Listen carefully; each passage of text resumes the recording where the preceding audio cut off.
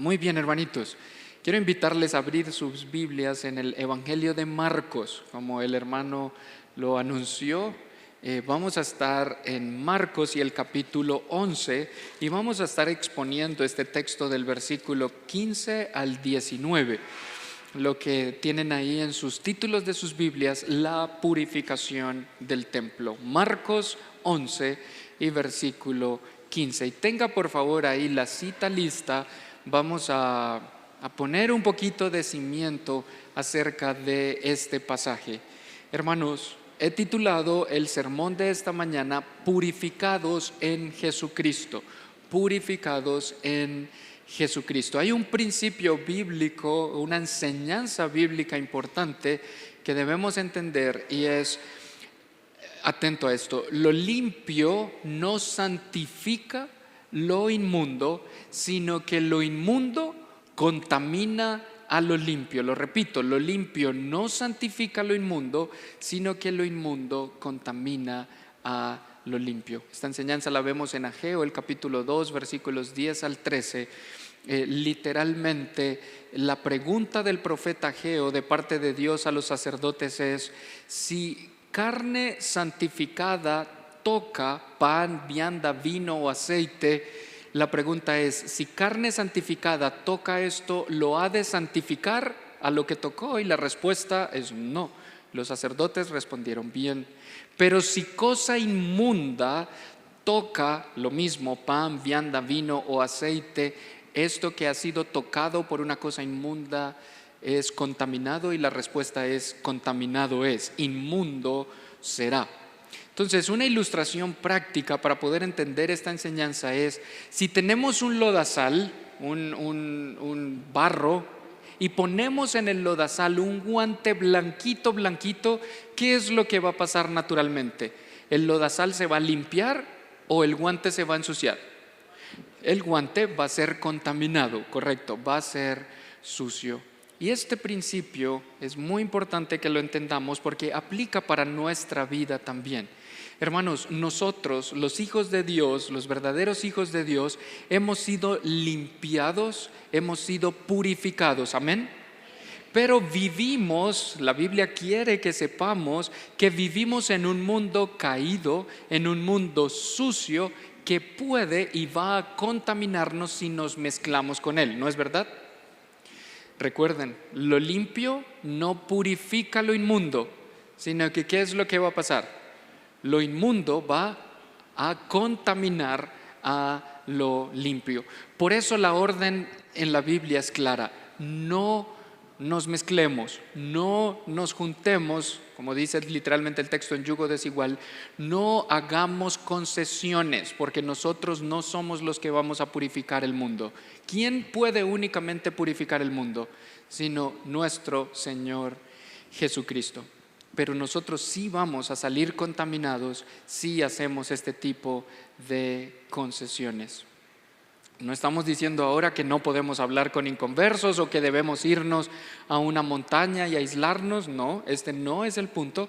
Pero el punto es que debemos entender que si hacemos concesiones y nos involucramos con las ideas del mundo, los pensamientos del mundo y las prácticas pecaminosas del mundo, ¿qué va a pasar?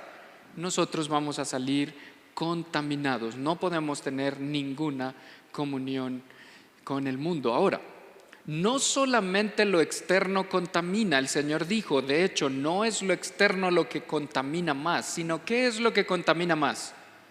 Lo que sale, no es lo que entra, sino lo que sale. Si ustedes se fijan, como vivimos en un mundo caído y nuestro corazón, dice la Biblia, es engañoso, es perverso. Y si no tenemos cuidado de nuestro corazón, si no guardamos nuestro corazón, como dice Proverbios 4, porque de él mana la vida, entonces vamos a poder guardar en él motivaciones incorrectas, emociones incorrectas, sentimientos aún pecaminosos que nos contaminan a otros, a nosotros mismos. ¿Y qué más puede pasar?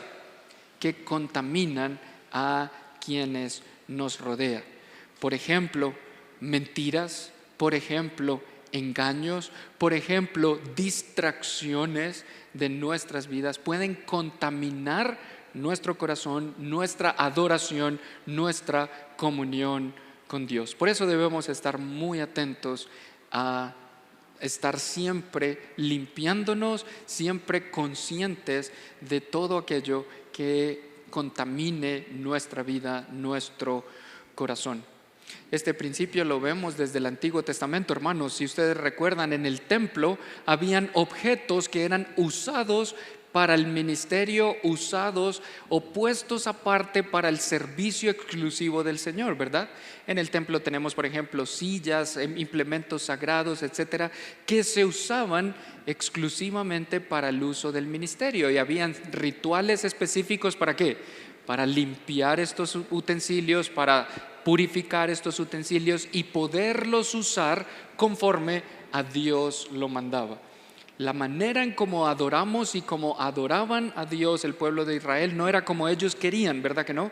Sino que Dios estableció leyes estrictas, ceremoniales de cómo el pueblo debía presentarse delante de Dios, porque Él es, lo cantamos, santo y demanda de nosotros santidad. Por eso debemos estarnos purificando, limpiando, porque la Biblia dice que nosotros también somos utensilios, nos compara con utensilios y también nos enseña la Escritura que hemos sido hechos templo del Espíritu Santo, puestos aparte también, santificados. Esto es lo que significa, hechos puesto aparte para el servicio de Dios. Y Él ha provisto los medios para limpiarnos, purificarnos y hacernos aptos para su obra y su ministerio. Y esta provisión es hecha en la persona de nuestro Señor Jesucristo. Él es quien nos limpia, quien nos purifica.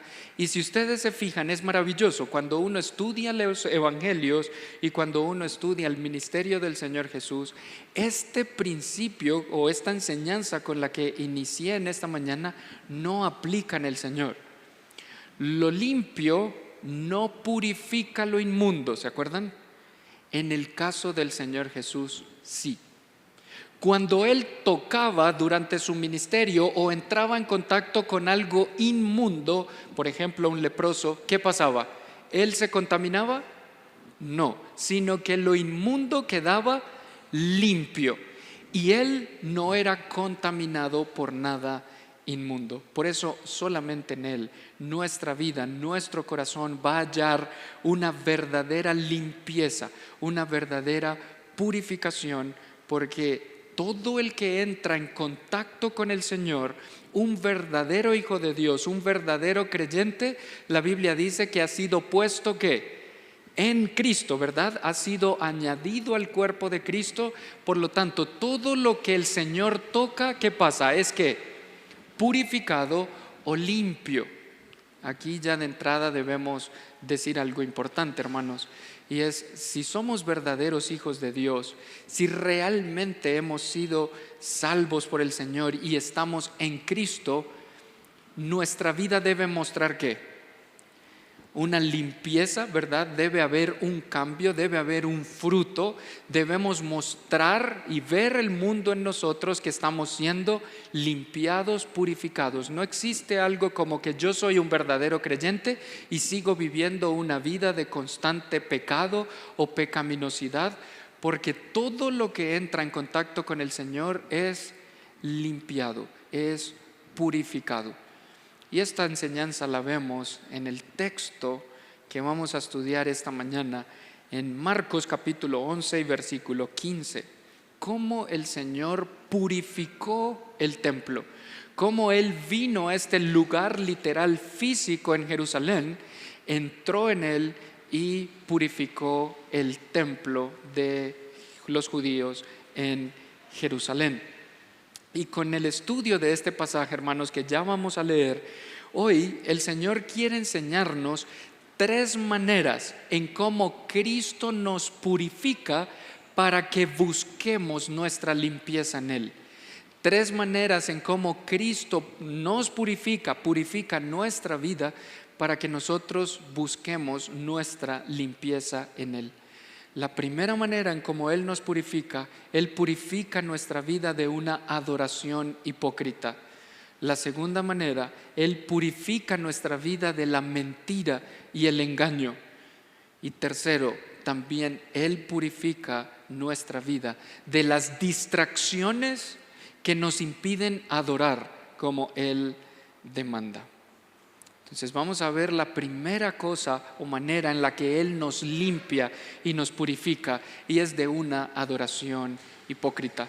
Pero vamos a leer primeramente este texto maravilloso de Marcos, esta narración de Marcos, el capítulo 11, versículo 15. Dice así la palabra de Dios: vinieron pues a Jerusalén, y entrando Jesús en el templo, comenzó a echar fuera a los que vendían y compraban en el templo, y volcó las mesas de los cambistas y las sillas de los que vendían palomas, y no consentía que nadie atravesase el templo llevando utensilio alguno. Y les enseñaba diciendo: ¿no está escrito, mi casa será llamada casa de oración para todas las naciones? Mas vosotros la habéis hecho cueva de ladrones. Y lo oyeron los escribas y los principales sacerdotes, y buscaban cómo matarle, porque le tenían miedo, por cuanto todo el pueblo estaba admirado de su doctrina. Pero al llegar la noche, Jesús salió de la ciudad. Cristo purifica nuestra vida de una adoración hipócrita.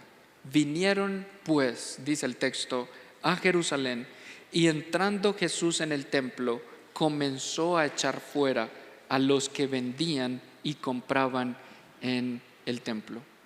Esta narración de la purificación del templo está dentro del contexto de la maldición de la higuera estéril. Si ustedes se fijan en el párrafo anterior, nos narra Marcos cómo el Señor maldijo a este árbol de higos. ¿Y por qué lo maldijo? Bueno, el Señor tenía hambre y lo vio a lo lejos y vio que este árbol estaba ¿qué? Con hojas, estaba verdecito, y entonces el Señor se acerca, y ¿qué le faltaba al árbol? No tenía ¿qué? Fruto, no había fruto, y entonces el Señor emite esta maldición: nunca jamás coma nadie fruto de ti. Esta historia está en conexión total con el texto que estamos estudiando.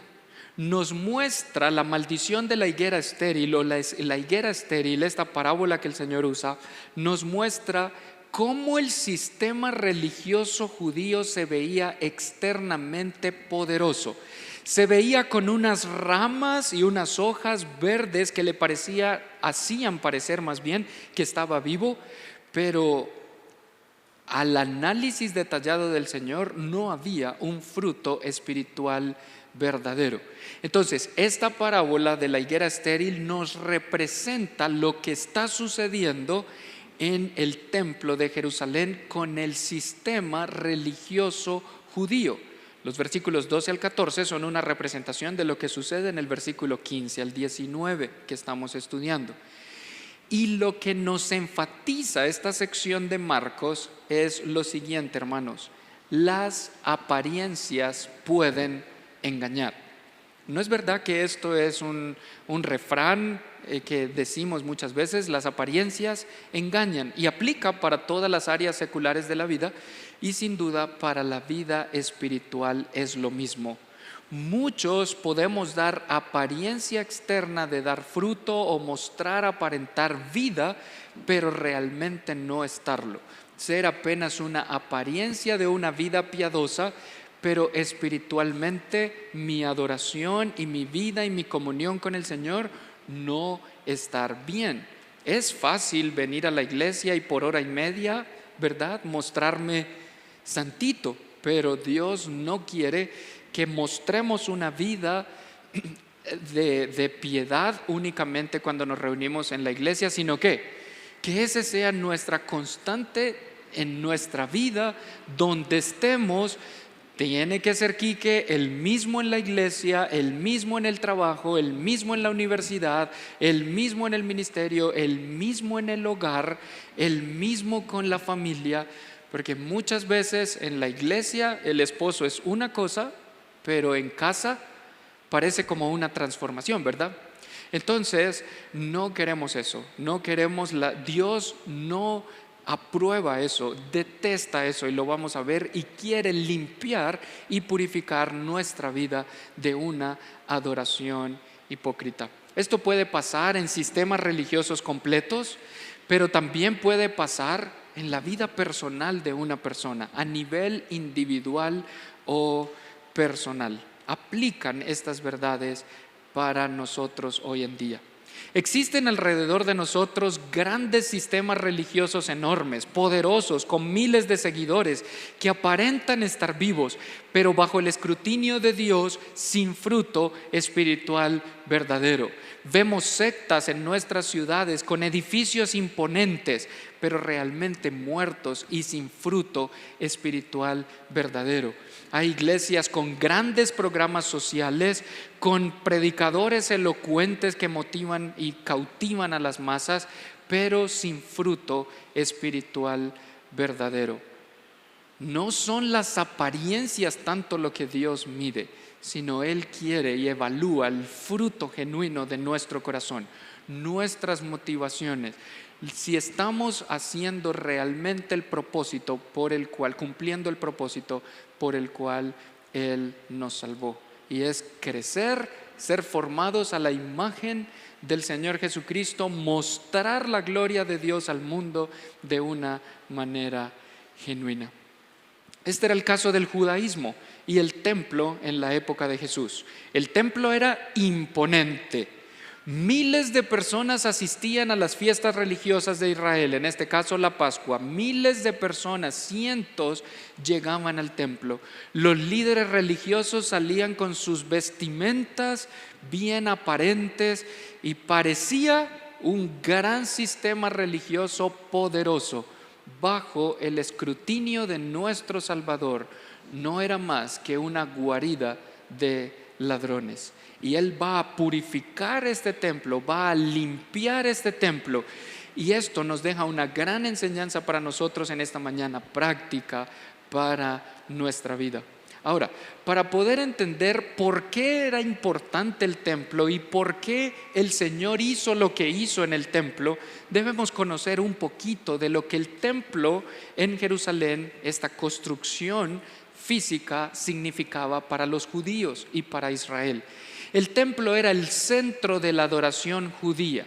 Jerusalén era la capital del país y, vamos a decir así, la ciudad de la adoración, pero el templo era el punto de encuentro donde los judíos venían para tener comunión y adorar al Dios de la Biblia, al Dios verdadero. Ellos estimaban mucho al templo y también la ciudad. Y esto no era de gratis, hermanos. Lo estimaban tanto y era muy importante para ellos porque Dios había emitido o dado una bendición especial sobre Jerusalén y sobre el templo. En esa época de la historia, a Dios le había placido bendecir a esa ciudad y a ese templo y establecer ese templo como el medio por el cual el pueblo iba a poder adorar a Dios, conocer a Dios, servir a Dios, proclamar a Dios, era por medio del templo en Jerusalén. El templo era literalmente conocido como la habitación de Dios, el lugar donde Dios moraba. Representaba la presencia de Dios en medio del templo. Y la Biblia lo llama, como ya les dije, la casa de Dios. Ahora, no estamos diciendo que era literalmente que el Señor ahí dentro del templo tenía su habitación, ¿verdad? Con llave y su camita y ahí Él dormía. No, no es tanto por ese lado. Es llamado la casa de Dios para representar su presencia permanente y su fidelidad y la comunión que Dios quería tener con el templo. Entendemos eso, ¿verdad? Entonces el templo era, hermanos, literalmente una oportunidad para que el pueblo pudiese tener comunión con Dios, para que el pueblo pudiera conocer, obedecer y adorar a Dios. El templo era el medio por el cual el pueblo conocía a Jehová, a Yahweh. Y de alguna manera Dios les dijo que iba a habitar en medio de su pueblo, y esto enfatizando la comunión de Dios con su nación, con su pueblo. Ahora, no solo Israel podía tener comunión y adorar a Dios por medio del templo, sino que cualquier persona en el planeta en esa época que quería adorar y conocer a Dios debía hacerlo por medio de el sistema religioso judío, por medio de el templo de Israel. Esto ha cambiado radicalmente desde Hechos capítulo 2, ¿no es verdad? Cuando la iglesia nace y ahora nosotros ya no hay un templo físico, ya no se requiere un templo físico para adorar a Dios, no tenemos que ir a Jerusalén a adorar, ¿verdad que no, hermanos? Sino que ahora, ¿qué dice la Biblia? Nosotros hemos sido ¿qué? Hechos templo de Dios, templo del Espíritu Santo. Igual, para adorar a Dios se necesita el templo. Ahora nosotros somos el templo, hemos sido hecho morada de Dios y es a través de del templo que podemos adorar, conocer, crecer, servir a nuestro Dios. Entonces el templo en Jerusalén era un recordatorio perpetuo de la fidelidad de Dios para su pueblo. Dios había decidido morar en esa época de la historia, tener el templo en la ciudad de Jerusalén. Esto lo dicen los salmos. Por ejemplo, el Salmo 9:11 dice: cantad alabanzas al Señor que mora en Sión. Salmo 74:2: de este monte Sión donde has habitado. Salmo 132:13, escuchen: Dios ha escogido a Sión y la quiso para su habitación. Entonces, hermanos, si ven, el templo, la idea del templo era muy importante para los judíos. Para ellos significaba su comunión con Dios, la adoración, el lugar o la casa de Dios donde Dios moraba. Ahora, a lo largo de la historia hubo diferentes templos. Si ustedes recuerdan la historia, el primer templo fue construido ¿por quién? Muy bien, por el rey Salomón, y fue un templo muy imponente, extremadamente bello o hermoso en apariencia. Este templo en Segunda de Reyes se nos narra fue destruido por Nabucodonosor en la invasión que Babilonia hizo a Jerusalén para llevar cautivo a esta nación, y destruyeron el templo. Esto fue un golpe duro para la nación, para Israel. Ahora, después de 70 años en el cautiverio, a Israel se le permite regresar nuevamente a Jerusalén. ¿Y qué hacen ellos, hermanos? ¿Qué es lo primero que empiezan a levantar? A reconstruir el templo. Ellos, porque para los judíos, esto se los estoy mostrando, enseñando para que entendamos la importancia que tenía para la nación el templo. Y ellos empiezan a reconstruir el templo. Y mire conmigo por favor en Esdras y el capítulo 3, para que miremos cómo era para ellos de importante y el valor que tenía para ellos el templo. Esdras capítulo 3 versículo 11: mientras echaban los cimientos del templo, dice el texto, cantaban alabando y dando gracias a Jehová y diciendo: porque Él es bueno, porque para siempre es su misericordia sobre Israel. Y todo el pueblo aclamaba con gran júbilo, alabando a Jehová, porque se echaban los cimientos de la casa de Jehová. Si ven ustedes, había gozo, alegría, porque se estaba nuevamente reedificando este templo que Nabucodonosor había tumbado. Ahora mira el versículo 12: y muchos de los sacerdotes y de los levitas y de los jefes de las casas paternas, ancianos que habían visto la casa primera, viendo echar los cimientos de esta casa, lloraban en alta voz, mientras muchos otros daban grandes gritos de alegría. Vemos aquí como una mezcla de emociones. Por un lado, el gozo de que el templo se estaba reedificando. Por otro lado, los líderes religiosos se enfocaron en la apariencia externa. Y el primer templo, que era tan imponente, comparándolo con este que estaban levantando, pues no era tan llamativo, tan imponente. Y entonces, ¿qué estaban? Tristes, llorando. Y si ven, ya ahí empezaron a desviar la principal función del templo. Y ellos se enfocaron ¿en qué? En lo externo, en que se viera bonito, pero no en el real propósito por el cual el templo estaba ahí. Era tener comunión con Dios y adorar al Dios de la Biblia. Ahora, este templo, levantado por Israel y bajo la dirección de Esdras y estos hombres, fue profanado por Antíoco Epífanes. Ustedes recuerdan un poquito de la historia. Y también fue limpiado en este periodo de los 400 años de silencio y otra vez levantado y restaurado y puesto a funcionar por Herodes el Grande.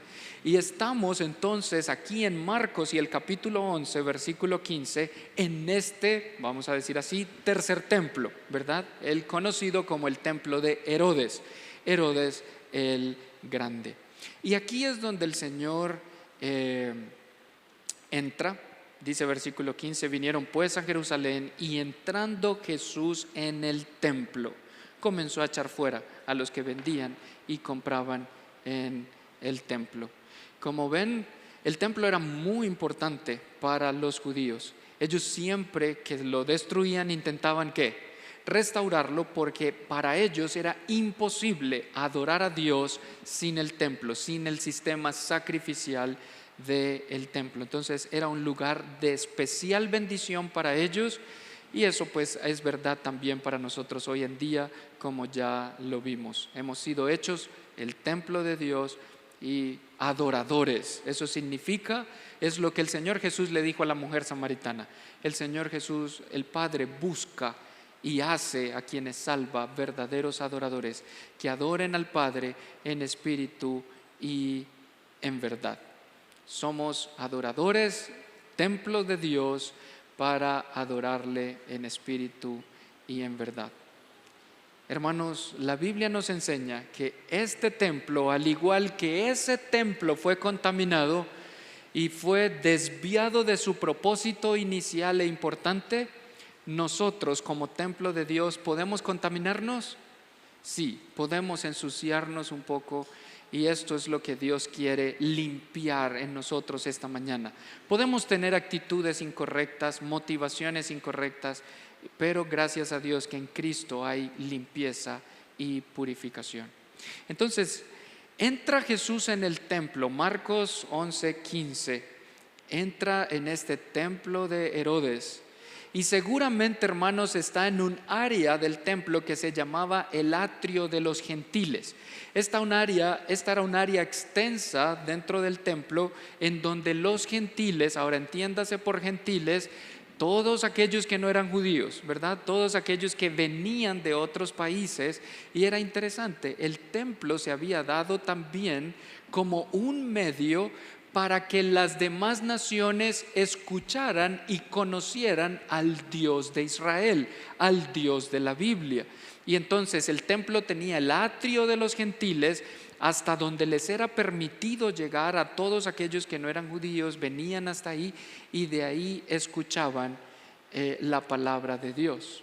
Resulta, hermanos, que ese atrio de los gentiles se había convertido en un mercado, se dice aquí, ¿verdad? En un lugar de venta, de comercio, compra y venta. Se vendían animales, se cambiaban monedas, se vendían aceites, semillas y algunos otros productos. Entonces, se había convertido literalmente en un mercado. Ahora, debemos entender algo importante.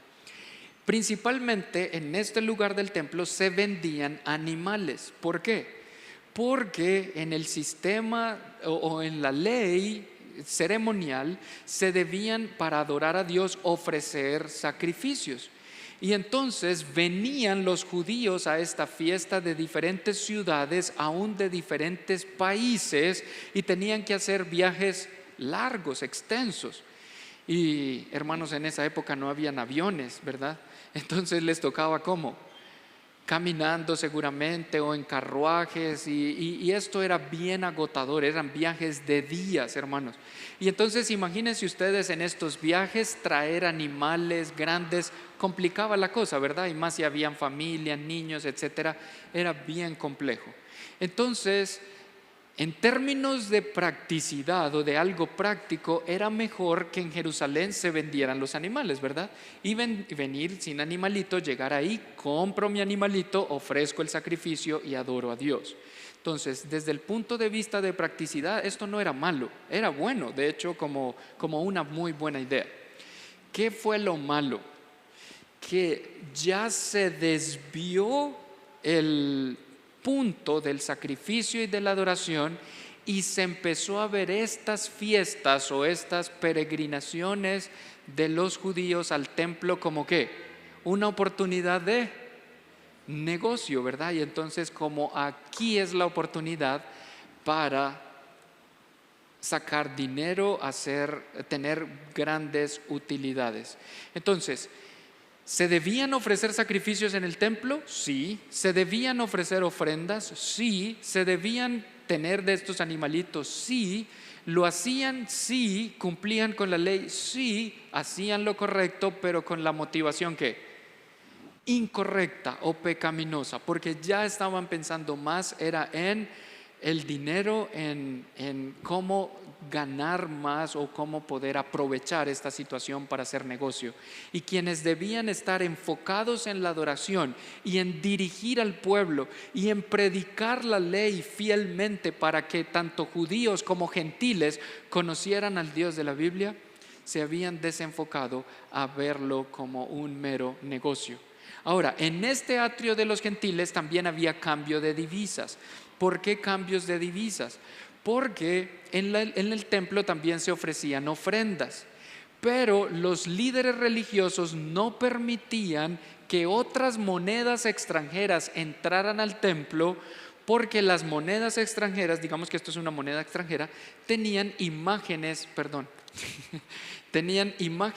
de dioses paganos. Correcto. Entonces los líderes religiosos decían, dioses paganos o imágenes no pueden entrar al templo porque lo contaminan. Pero ellos sí podían hacer negocio con esas monedas y poner cambios de divisas con tasas extremadamente altas. ¿Para qué? Ganar también dinero ahí. Entonces se aceptaba solamente la moneda local, que era el siclo, porque no tenía imágenes, pero las demás no eran aceptadas y obviamente aprovechaban con precios exagerados para ganar mucho dinero. A esto que les he dicho le sumamos además que los pobres entonces eran incapacitados para poder servir y adorar en el templo por medio de los sacrificios. ¿Por qué?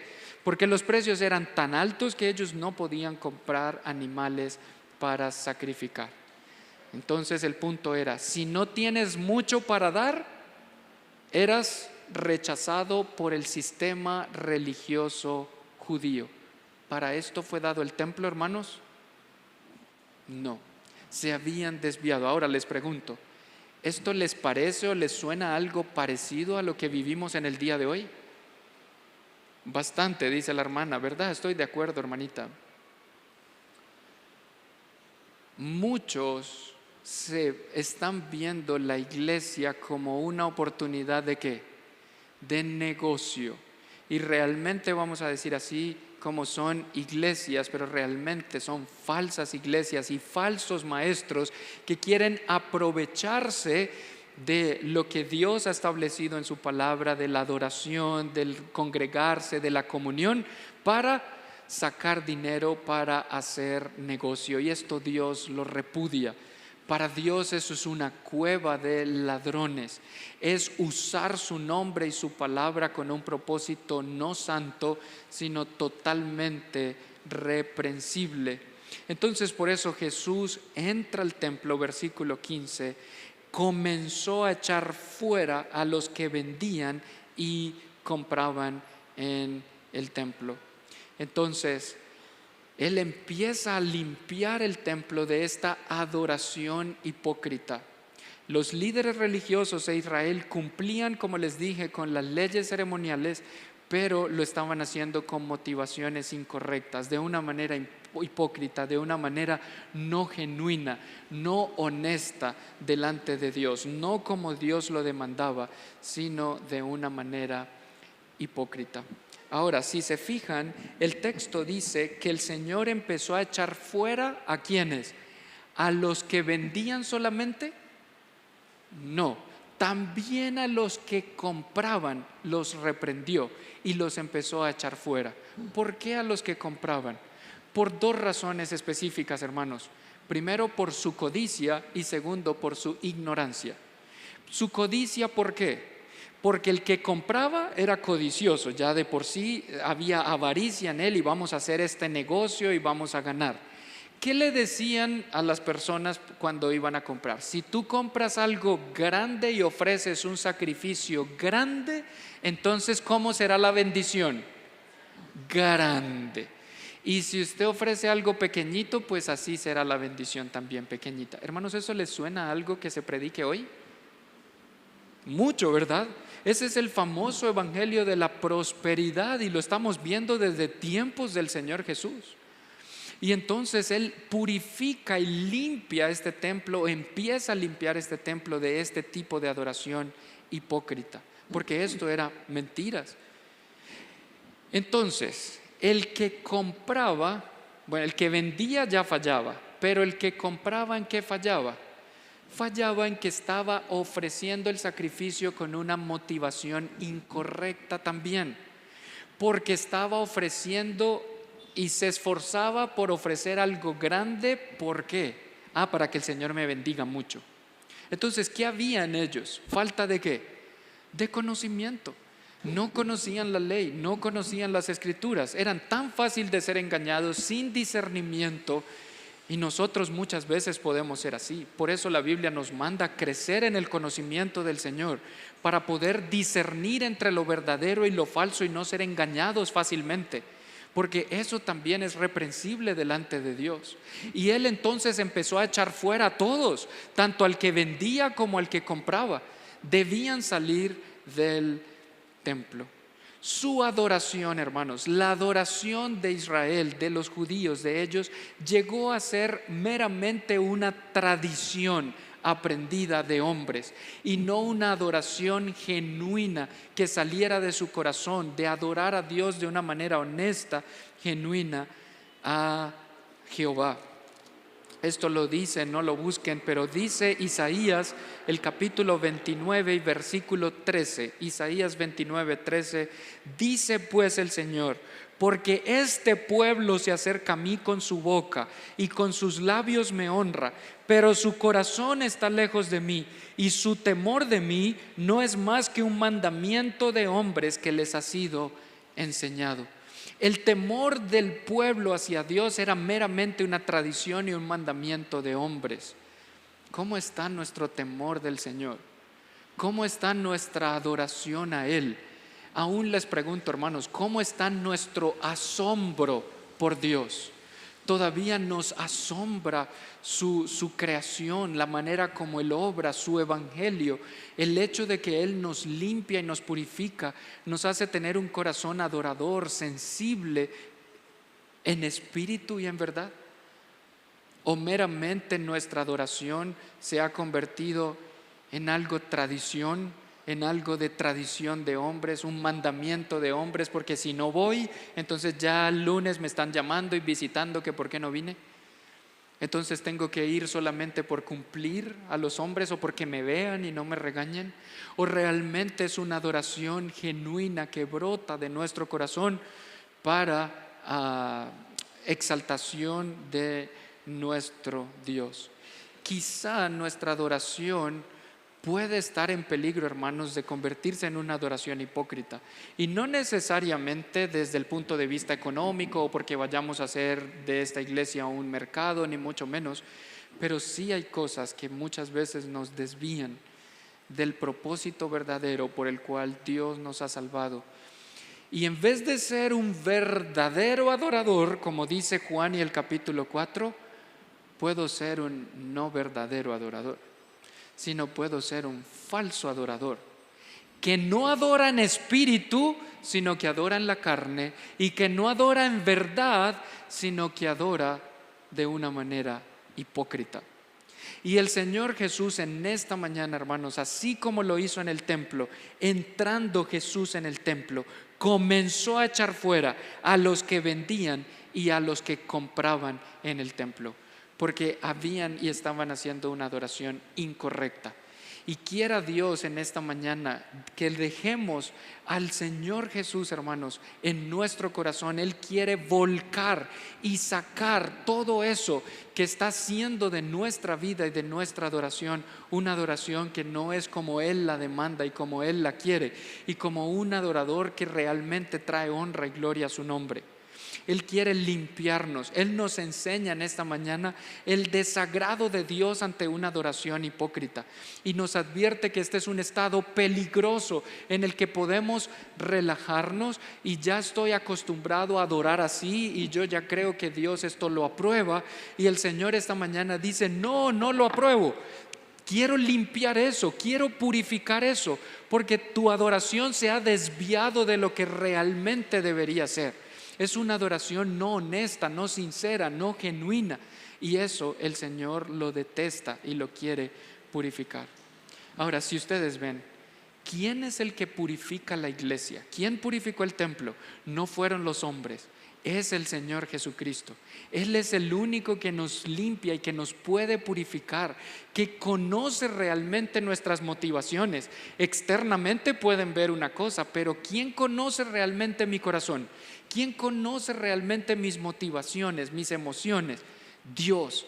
Y Él puede decir esta mañana: tu adoración no es genuina, y con todo amor quiero limpiarte, quiero purificarte. Esta es la palabra de Dios que habla en nuestros corazones y señala quizá nuestras fallas o nuestras debilidades, aún no es lo que hay contaminado en nosotros y que Él necesita y quiere limpiar. Él quiere purificarnos de una adoración hipócrita. Pero también otra manera en que Él nos purifica, la segunda, Él nos purifica de una vida de mentira y de engaño. Miren la segunda parte del versículo 15. Y volcó las mesas de los cambistas y las sillas de los que vendían palomas, y no consentía que nadie atravesase el templo llevando utensilio alguno. No solamente Él quiere limpiarnos de una adoración hipócrita, sino que también quiere limpiarnos de una vida de engaño y de mentira. Si se fijan en el texto, el narrador Marcos es bien puntual en señalarnos las sillas de los que vendían palomas. Y esto es muy interesante, porque los que venían, y esto afectaba directamente a los pobres, los que venían para ofrecer sacrificios compraban sus animalitos, ¿correcto? Pero los que no tenían suficientes recursos, de familias grandes y que eran pobres, venían a adorar también. La ley les permitía ofrecer ¿qué?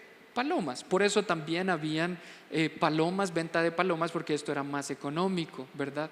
Resulta que en el templo, en la parte donde se ofrecían los sacrificios, se instalaron personas que eran supervisores y que estaban en total acuerdo y alianza con los vendedores de afuera. Entonces, cuando la persona llegaba con su palomita, ellos decían: esa paloma no puede ser aceptada para el sacrificio porque tiene X defecto, X cosa, y entonces solamente aceptamos las palomas que se venden allá afuera en el atrio de los gentiles. ¿Esto era verdad? No.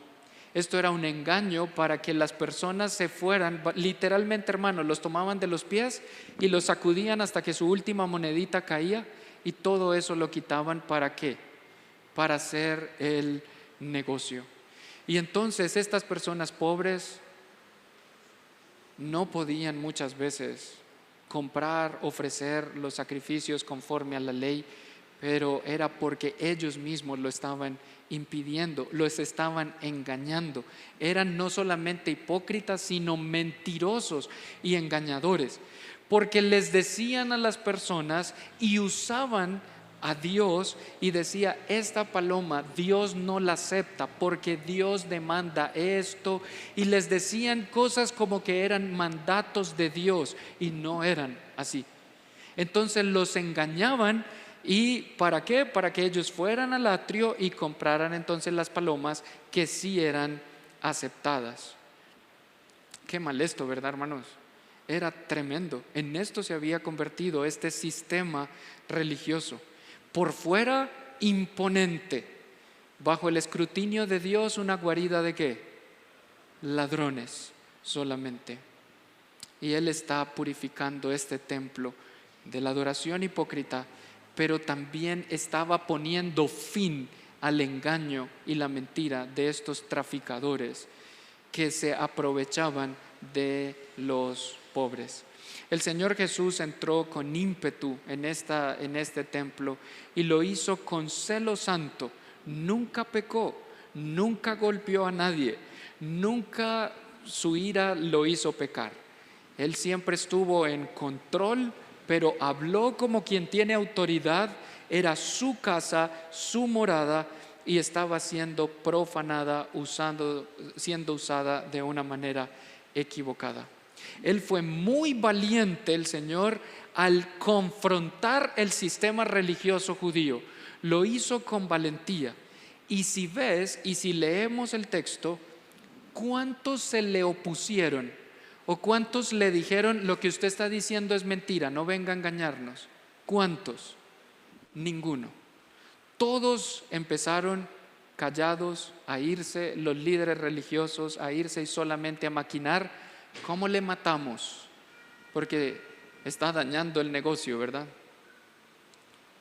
Ellos fueron expuestos por la luz. Hermanos, la luz del mundo, como dice Juan, entraba en el templo, y esta guarida de ladrones, esto fue lo que pasó, esta guarida de ladrones, este mundo de tinieblas estaba siendo ¿qué? Alumbrado por la luz de Dios.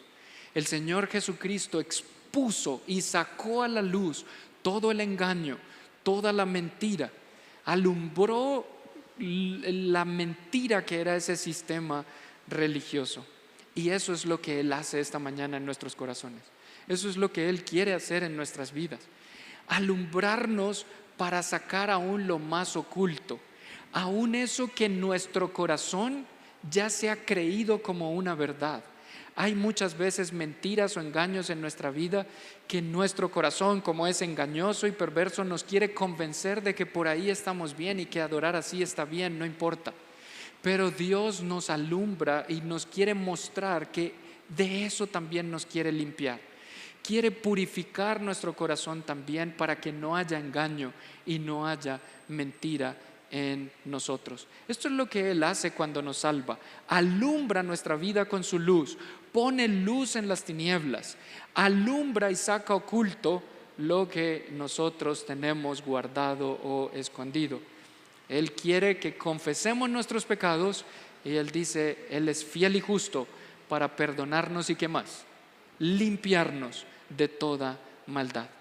Él no solamente nos quiere limpiar y purificar de una adoración hipócrita, Él no solamente nos quiere limpiar y purificar de una vida de mentira y engaño, sino que tercero, hermanos, y con esto vamos terminando, Él nos purifica y nos limpia de las distracciones a una verdadera adoración, lo que nos distrae de una verdadera adoración. Mira el versículo 17: y les enseñaba diciendo: ¿no está escrito: mi casa será llamada casa de oración para todas las naciones? Mas vosotros la habéis hecho cueva de ladrones. A Israel se le había dado en el Antiguo Testamento el propósito del templo. ¿Cuál era el propósito de la casa de Dios? Doble: una casa de adoración, de oración, de comunión, pero también una casa de proclamación a todas las naciones. Ahí dice el texto, no solamente para Israel, era una casa de oración para todas las naciones, para que los gentiles también conocieran a Dios. Pero el sistema religioso, en vez de traer a los gentiles para que conocieran a Dios, ¿qué estaba haciendo? alejándolos del Dios verdadero. No estaban cumpliendo el propósito por el cual Dios los llamó, los formó, los creó. Igualmente puede pasar con nosotros. El templo, la casa de oración, la casa de Dios de proclamación, estaba llena de tantas cosas que distraía el propósito principal, adorar. Y entonces era llena de ¿qué? Compra, venta, negocios, comercio, aquí, allá. Se cumplían las cosas, pero se hacían mal. Se distraía totalmente. Una casa de paz, de comunión, de proclamación, era literalmente un mercado. Y entonces el Señor quiere quitar todas estas distracciones para que el propósito principal, la adoración, la oración y la proclamación se cumpla. Hermanos, nosotros también somos templo de Dios. Y de alguna manera nuestras emociones o nuestra adoración puede ser contaminada. Y queremos identificarlo con la ayuda de Dios para pedirle que Él nos limpie y nos purifique. Pero también nuestra vida, hermanos, puede estar contaminada con muchas distracciones durante el día, durante la semana, que nos impiden cumplir el propósito principal por el cual Dios nos ha salvado, que nos impide tener comunión íntima con Él. ¿Cómo está el tiempo devocional de nosotros? ¿Cuánto tiempo del día apartamos para conocer a Dios, para deleitarnos en su presencia, para leer, para estar con Él? Hermanos, principalmente me estoy predicando a mí. Como todos debemos evaluarnos, todos debemos ser honestos delante de Dios. Y la verdad es que muchas veces otras cosas menos importantes tienen más prioridad, ¿no es verdad? Y en nuestra agenda, como nos toca rápido, Señor, gracias, bendice este día, te lo encomendamos en tus manos, amén. Córrale porque no nos alcanza el día. Y es como mi agenda está tan llena.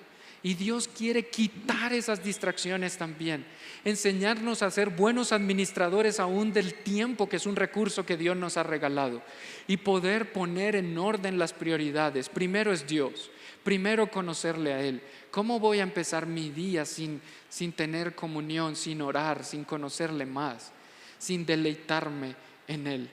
Este es el propósito del templo. Este es el propósito por el cual Dios nos ha hecho templos también. Ser adoradores verdaderos. Dios quiere volcar esas cosas, quitar esas cosas que nos distraen, quitar en esas cosas que nos hacen perder tiempo. Hablábamos en estos días con Kenny y Jazz de eso, y muchas veces aún esto nos distrae bastante y esto quita mucho de nuestro tiempo y estamos haciendo concesiones.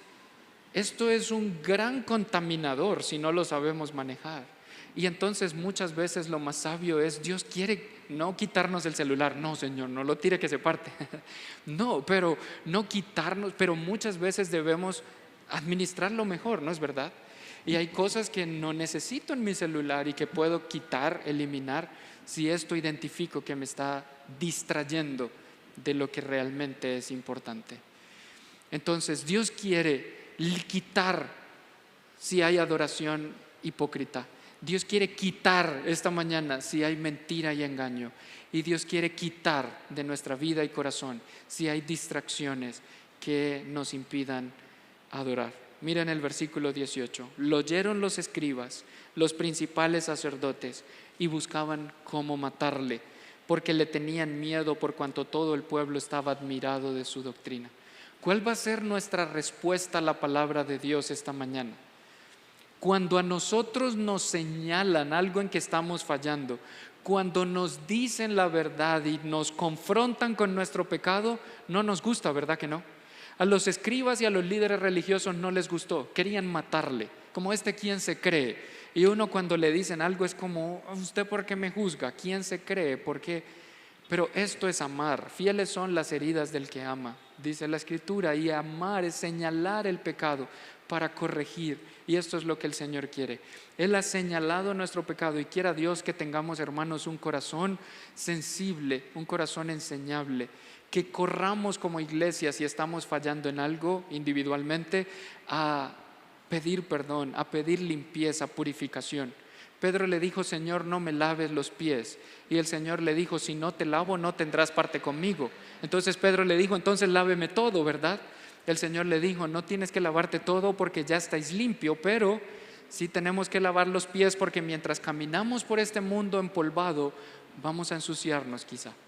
Y cuando venimos a la casa del Señor, cuando venimos delante de su presencia, hermanos, nuestro Señor, el Rey de Reyes, ¿cómo es que Él se ciñe sus lomos, su toalla y se agacha para decir, vente limpio, para que puedas venir delante de mí? Es increíble la humildad del Señor. Él es el que nos limpia, Él es el que se agacha y lava nuestros pies y nos hace aptos para venir delante de su presencia. Corramos a Él, porque como vimos en el texto, no solo enseñó, no solo volcó las mesas, sino que mientras lo hacía, les enseñaba. Él estaba con un corazón misericordioso y lleno de gracia, enseñándoles a aquellos que estaban escuchando, dando una lección maravillosa, que Él es el que purifica su iglesia, Él es el que nos limpia, Él es el que nos hace aptos para entrar en su presencia. Vino a mi mente este pasaje en este momento. Él es el mejor esposo, el esposo más maravilloso. Efesios y el capítulo 5, versículo 25 dice, maridos, amen a sus mujeres como Cristo amó a la iglesia y se entregó a sí mismo por ella.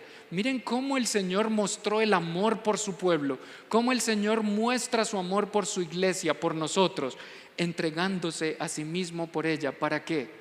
Para santificarla, habiéndola purificado en el lavamiento del agua por la palabra, a fin de presentársela a sí mismo una iglesia gloriosa, que no tenga mancha ni arruga ni cosa semejante, sino que fuese santa y sin mancha. En esto se muestra el amor de nuestro Señor, en que Él provee limpieza. Quiere que seamos como mi camisa, no, como una camisa, como un sin mancha, sin arruga, sin contaminación. Gloria a Dios por nuestro Señor y por la limpieza que Él provee para nosotros. Si alguien aquí no conoce a ese Señor como el Señor y Salvador de su vida, hoy es el día de salvación. Puedes venir a Él a sus pies pidiéndole que te lave, te limpie, y Él puede purificar tu vida, limpiar tu vida, sacar de tu vida las distracciones, sacar de tu vida la hipocresía, el engaño, la mentira, que solamente genera más pecado. No hay el orgullo, la mentira, el engaño genera pecado, hace que las relaciones se rompan, que hogares sufran, que la sociedad sufra. Cristo quiere limpiar tu corazón, tu vida, y Él es poderoso para hacerlo, es el único que puede hacerlo. Y nosotros corramos a Él, hermanos, para siempre estar siendo limpiados y purificados. Él dijo, separados de mí, nada podéis hacer. Si hacemos concesiones con el mundo, recuerden, nosotros limpios no vamos a limpiar el mundo, nosotros vamos a salir contaminados. Él es el que puede limpiar al mundo, Él es el que puede purificarnos. Padre, muchas gracias por tu palabra, gracias por este precioso pasaje de Marcos y el capítulo 11, cómo el Señor purificó el templo y cómo nos enseña en nuestra vida en esta mañana. Ayúdanos a aplicarla, a tener un corazón sensible a tu voz, para la gloria de tu Hijo, en quien oramos. Amén.